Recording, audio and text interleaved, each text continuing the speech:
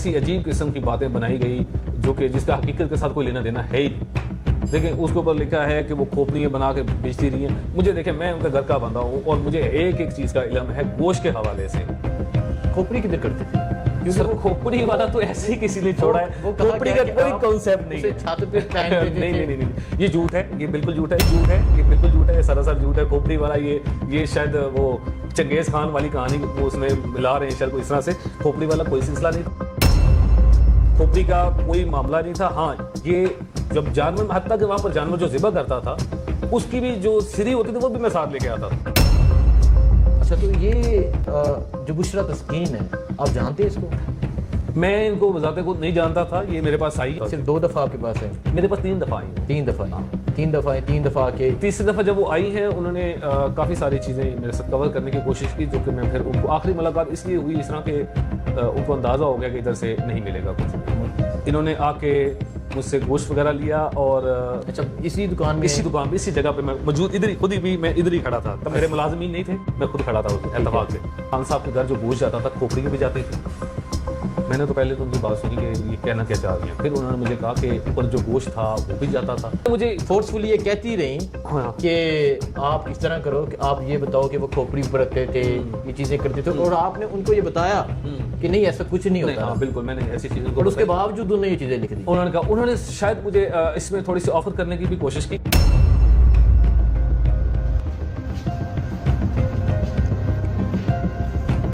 अस्सलाम वालेकुम, मैं हुसनैन, आप देख रहे हैं नया पाकिस्तान। 2 दिन पहले एक आर्टिकल पब्लिश होता है द इकोनॉमिस्ट में, जिसमें बुशरा बीबी के हवाले से लिखा जाता है कि बुशरा बीबी इमरान खान पे काला जादू करती हैं। अब वो जो काला जादू होता है वो किस तरह किया जाता है कि बनी गला में बकरे हलाल होते हैं। जब बकरा हलाल होता है तो उसकी जो खोपड़ी होती है वो बनी गला छत के ऊपर फेंक दी जाती है। एक महसूस छुरी होती है जिससे बकरे की कुर्बानी की जाती है, बकरे को हलाल किया जाता है। इस तरह काफ़ी चीज़ें लिखी गई। उस आर्टिकल में एक किरदार तो बुशरा बीबी है जो इमरान खान पे काला जादू करती हैं, ये तमाम चीज़ें करती हैं, और दूसरा जो एक अहम किरदार होता है वो होता है किसाब, जो ये तमाम चीज़ें करता है, जो बकरे की कुर्बानी करता है, बकरे को हलाल करता है, खोपड़ी बनाता है, खोपड़ी छत के ऊपर फेंकता है, महसूस छुरी पर करता है। तो जो दूसरा किरदार है किसाब, आज मैं उसकी दुकान पे मौजूद हूँ। राना अजीम उस किसाब का नाम है।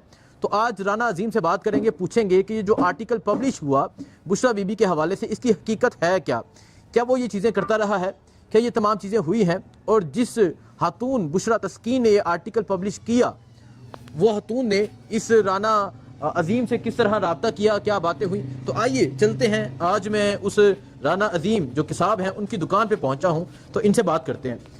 ये राना अजीम साहब हैं जी, अस्सलाम वालेकुम, कैसे हैं आप? ठीक है, ठीक है जी। राना अजीम साहब अस्सलाम वालेकुम, कैसे हैं आप? अल्हम्दुलिल्लाह जी, ठीक ठाक, आप ठीक है? अल्हम्दुलिल्लाह। राना अजीम साहब, आपको भी पता होगा कि गुज़िश्ता 2-3 दिन से आप पर पूरा मीडिया तज़किरा कर रहा है, आपके हवाले से चीज़ें सामने आई हैं, और आपको पता है कि कोई कॉलम जो है वो पब्लिश हुआ है। जी बिल्कुल पता है, द इकोनॉमिस्ट। ठीक है, द इकोनॉमिस्ट में, ठीक है। अब राना अजीम साहब ये बता दें कि आप वाकई ही बनी गाला में खान साहब के घर में गोश्त प्रोवाइड करते रहे हैं? जी, मैं पिछले 15 साल से खान साहब को 15 साल से गोश्त प्रोवाइड कर रहा हूँ। 15 साल हो गए, और उसके अलावा बनी गाला में मुझे 15 साल ऑलमोस्ट हो गए। तो एक अरसा हो गया उनके साथ मेरा एक ताल्लुक है 15 साल से। अच्छा, 15 साल से आप बनी गाला में खान साहब के घर जाके? बिल्कुल, उनको जा गोश्त देता हूँ। गोश्त देते हैं? गोश्त के कोई भी मामला है, गोश्त के लिहाज से किसी किस्म की कोई भी चीज़ होती है तो वो मैं प्रोवाइड कर रहा हूँ पिछले 15 साल से। ठीक है, मतलब अब यहाँ से गोश्त अपनी दुकान से बना के लेकर जाते हैं? जी बिल्कुल, दुकान पे जो घर का गोश्त है, स्टाफ का गोश्त है, वो मैं यहाँ पर तैयार करवा के खुद बना के और बजाते खुद भी दे आता हूँ। कभी मेरे मुलाजिमीन दे आते हैं, तो ये मैं उनके साथ जो है गोश्त का मामला मैं दे रहा हूँ। ठीक है। अच्छा राना अजीम साहब, ये बता दें कि क्या आप जो बकरा जिसको हलाल करते हैं वो सिर्फ यहाँ करते हैं या फिर बनी गाला में जाके भी करते हैं? नहीं, इस तरह है कि ये जो सदक़े का बकरा होता था, अक्सर सदक़े का बकरा हम तब प्रोवाइड करते थे जब खान साहब ने दौरे पे जाना होता। ये मैं उस वक्त की बात कर रहा हूँ जब खान साहब वज़ीर आज़म थे। उस वक्त वज़ीर आज़म के दौरान उनका सदका देकर उनको हम भेजते थे सो दौरे के लिए। ज़िबा करते थे, यहाँ से बकरा लेके जाना, वहाँ पर ज़िबा करके बना के काट के और कुछ हिस्सा जो वहाँ पर दे के बाकी सारा हिस्सा उठा के मैं इधर लेके आता था, जो कि गरीब गुरबा को इधर हम तकसीम करते थे। क्योंकि मेरे एरिया में गरीब गुरबा है, एरिया है इस साइड पे, तो इस पे मैं बजाते खुद ये जो चीज़ें हैं बांटता रहा हूँ। ठीक है, मीन्स आप वहाँ जाके भी गोश्त हलाल करते रहे जो सदके का बकरा होता था। जी बिल्कुल। और वहाँ गोश्त आप बनाते थे। जी बिल्कुल। और बना के जब हम सब वज़ीर आज़म थे। जी बिल्कुल बिल्कुल। बना के फिर उसके बाद आप कुछ वहाँ दे देना और कुछ बाकी सारा हम ला के इधर ही गरीब गुरबा में मैं अपने हाथ से वो बांटता रहा हूँ, पैकेट्स बना के। और ये 15 साल से 15 साल से, पिछले 15 साल। बुशरा बीबी के आने से पहले भी? हाँ हाँ, रेहाम खान के दौर में भी मैं मतलब करता रहा हूँ। ठीक है, तब से, हाँ बिल्कुल तब से करते रहे, तब से मैं देता आ रहा हूँ उनको गोश्त। ठीक है, तब से आप गोश्त देते आ रहे हैं। तो क्या जब आपको बुशरा बीबी जब यहाँ थी तो क्या आपको ये कहा जाता था कि महसूस इस रंग का लेकर आना है? नहीं नहीं, या इस रंग? नहीं, ये मैंने आर्टिकल वैसे पढ़ा है, उसके अंदर ऐसी कोई चीज़ नहीं है किसी किस्म की भी। वो बस शर्त ये होती थी कि सदके के लिए बकरा हो जो कि सदके के लिए लगता हो। होता है बिल्कुल छोटे छोटे, वो नहीं होता था। वो कहते थे थोड़ा जान वाला हो, मतलब वजनी हो। और काला रंग हम लोग एज अ मुसलमान कहते हैं कि काला होना चाहिए, लेकिन बीबी की तरफ से कभी इतना खास वो रुझान नहीं आया कि काला ही बकरा हो और काला ही जो है वो उस पर हो।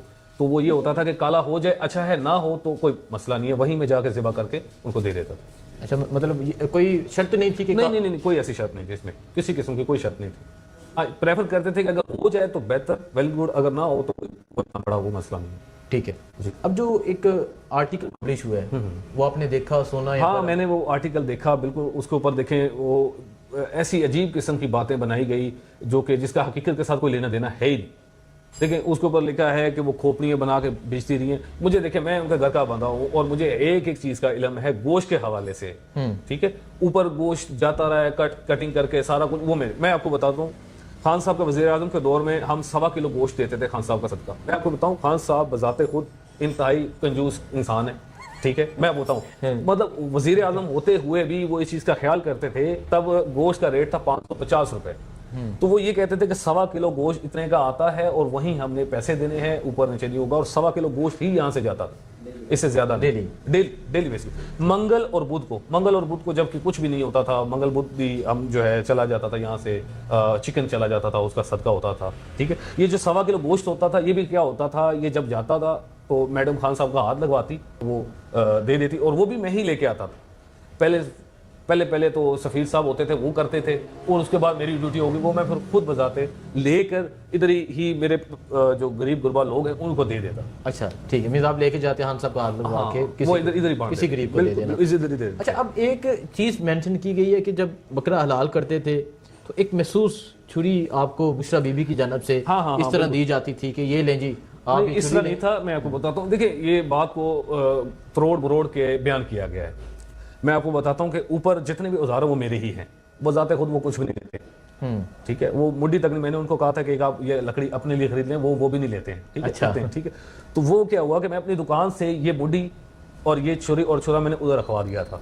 ठीक है, आप ये इस्तेमाल करें। एक छुरी जबकि मेरे पास, उनके पास पुरानी पड़ी हुई थी, ये वाली उनके पास पुरानी पड़ी थी, तो वो आई, उन्होंने कहा जी इसके ऊपर ज़िबा करें। मैंने कहा इससे अब मैं ज़िबा नहीं कर सकता हूँ, मैं अपनी नई छुरी बेचता हूँ, उसी पर ज़िबा करेंगे। अब ये मेरी थी, वो भी मेरी ही छुरी, लेकिन वो पुरानी हो गई थी। फिर मैंने अपनी नई छुरी दी है, उसी पे जानवर ज़िबा हम करते हैं। आपको कोई स्पेसिफिक या कोई खास छुरी? नहीं, बिल्कुल ऐसा नहीं। वो जो अंदर सामान बनी गला में वो भी मेरा ही था, मेरा ही पड़ा होता था। और वो पड़ा भी नीचे, जो हमारी है ना नर्सरी नीचे बनी हुई है, जिधर हम पौधे वगैरह लगाते हैं खान साहब, उधर नीचे एक बाड़े में पड़ा होता था सामान। जब जरूरत होती थी तो वहां से उठा के लेके आते थे। खोपड़ी किधर करते थे? क्योंकि खोपड़ी वाला तो ऐसे ही किसी ने छोड़ा है, वो खोपड़ी का कोई कॉन्सेप्ट नहीं है। छत पे पहन देते थे। नहीं, ये झूठ है, ये बिल्कुल झूठ है, ये सरासर झूठ है। खोपड़ी वाला ये शायद वो चंगेज खान वाली कहानी वो उसमें मिला रहे हैं शायद, कोई इस तरह से। खोपड़ी वाला कोई सिलसिला नहीं था, खोपड़ी का कोई मामला नहीं था। हाँ, ये जब जानवर, हत्ता कि वहां पर जानवर जो ज़िबा करता था उसकी भी जो सिरी होती थी वो भी मैं साथ लेके आता था। अच्छा, हाँ, तो वो यहाँ पर कुछ ऐसे गरीब गुरबा होते हैं जिनको वो खोपड़ी भी मैं बना के काट के दे देता था। अच्छा, मीन्स वो जो सीढ़ी होती थी, किसाब भाई हमारे कह रहे हैं कि वो ये सरासर झूठ है कि वो छत के ऊपर रख देना या ये चीज़ें करना। वो कह रहे हैं कि वो जो सीढ़ी, वो जो खोपड़ी होती थी, उसे वो अपने साथ लेकर आते थे और उसे बना के आप किसी बना के इधर दे देते। उसके अलावा चमड़ा होता था, उसकी और चीज़ें होती थी जो मैं खुद रख लेता था, खुद रख, जो मेरी अलग सेल हो जाती थी। ठीक है जी। अच्छा, तो ये जो बुशरा तस्कीन है, आप जानते हैं इसको? मैं इनको बजाते खुद नहीं जानता था। ये मेरे पास आई हैं एक दफ़ा, इन्होंने आके मुझसे गोश्त वगैरह लिया। और अच्छा, इसी दुकान में, इसी जगह पे मैं मौजूद, इधर ही खुद ही भी मैं इधर ही खड़ा था। तब मेरे मुलाजिमीन नहीं थे, मैं खुद खड़ा था उस दिन एतफाक से। वो आई हैं, उन्होंने रिसेप्शन से पूछा है कि इस शॉप का ऑनर कौन है। तो उन्होंने भेजा मेरे पास, तो मैंने मेरी उनके साथ ये बात हुई। उन्होंने कहा मुझे बताइए खान साहब को गोश्त आप देते रहे? मैंने कहा जी बिल्कुल मैं दे रहा हूँ, और पिछले 12-15 साल से मैं गोश्त दे रहा हूँ। उन्होंने कहा अच्छा। वो आई भी तकरीबन 1 साल 3-4 माह पहले की बात है, जो मैं आपको अभी बता रहा हूँ। उन्होंने जब ये मुझे बात जो मुझे उन्होंने पूछा, ये बात पूछी, तो मैंने उनको सारी चीज़ें बताई। फिर वो आहिस्ता आहिस्ता थोड़ा सा पर्सनल होने की उन्होंने कोशिश की। उन्होंने कहा कि ये मुझे बताएं कि आप मुझे ये बताएं कि ये खान साहब के घर जो गोश्त जाता था, खोपड़ियाँ भी जाती थी।